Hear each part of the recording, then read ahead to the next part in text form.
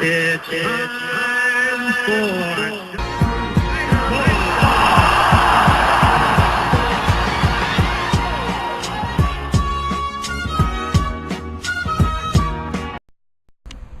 Hey, what's up guys? Franco here, nextlevelballplayer.com, hanging out with Dayton Moore, General Manager of the Kansas City Royals. Thanks for taking some time. Great to be here. First question, what was your first job in baseball? How did you get started? Well, actually, I was a college coach, and had a couple opportunities to scout, and decided that it wasn't an avenue I wanted to go down or trail because I wanted to be a college coach. And then the Braves called and asked me to scout, and I decided to do it. And so I started as an area scouting supervisor in the Mid-Atlantic states, and was fortunate to get other opportunities in the game, and work with Paul Snyder, Roy Clark, and John Sherholz, and Bobby Cox, and many other guys that really influenced my baseball career. What's one aspect of your job as the general manager that people don't know about?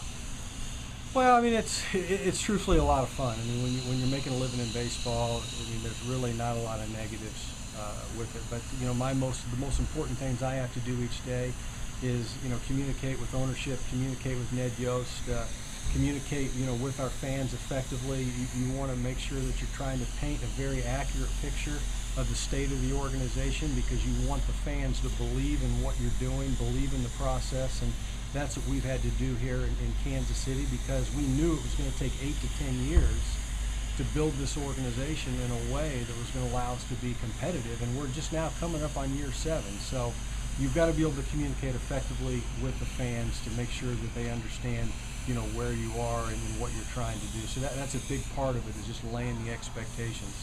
Yeah, along those lines, as far as like a organizational philosophy, have you guys kind of had like one overlying philosophy throughout the years, or is that kind of just changed based on, is that kind of a fluid thing? Well, our philosophy is pretty simple. Create an organization you want your own sons to be a part of. That's really been our motto since we came here. And we've had to do it with young players at the minor league level, young players at the major league level. So everything that we put in place, all of our character, all of our leadership programs, has to be centered around hopefully raising baseball players to become men, so they can make good choices off the field to allow their natural abilities on the field take over, and because obviously that's what they've been gifted to do. So it's a tremendous challenge, but at the same time, you've got to look at it as it's about the players. It's always been about the players, and you can't fool them. So you've got to do everything you can to raise them in a way that they can be a championship caliber type player. You guys have a lot of big prospects, just traded a few, mainly position players. Was that part of your plan to kind of load up on high talent bats, or did that just kind of develop as taking the best guy available at that time? Well, you take the best available guy in the draft. And, when we look at free agency, which is obviously a failed way to build your team, and a very expensive way to build your team, but the players that cost the most in free agency, their catchers, their shortstops, their center fielders that have a chance to hit 1 or 3 or 4 in the order. So we've got to draft in those areas, draft the premium position. Certainly you have to have a lot of pitching, but we've always had the philosophy, you take the best player available. That's what we've always tried to do, and we were fortunate our guys have done a very nice job in the draft. They've done a nice job in development, and as you said, we just had to make a trade that wasn't easy for us to make, but it was the right thing to do to support the core group of young players that we have in the major leagues. Speaking about the James Shields deal that just got done recently, who approached who to get that conversation started?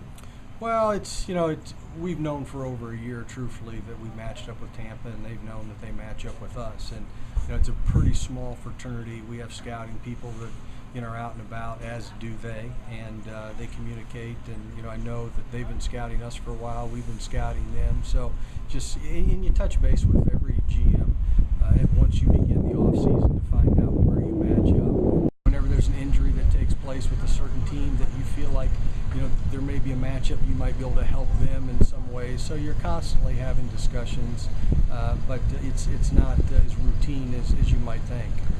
You want to do deals that work for everybody, and you focus on how a certain trade helps your particular team and your organization, and not necessarily what you're giving up. If you focus on what you're giving up, because we all have a tendency to evaluate our own players a little more than we should, if you focus simply on what you're giving up, the trade oftentimes will become paralyzed. So you got to focus on what you're going to get in return.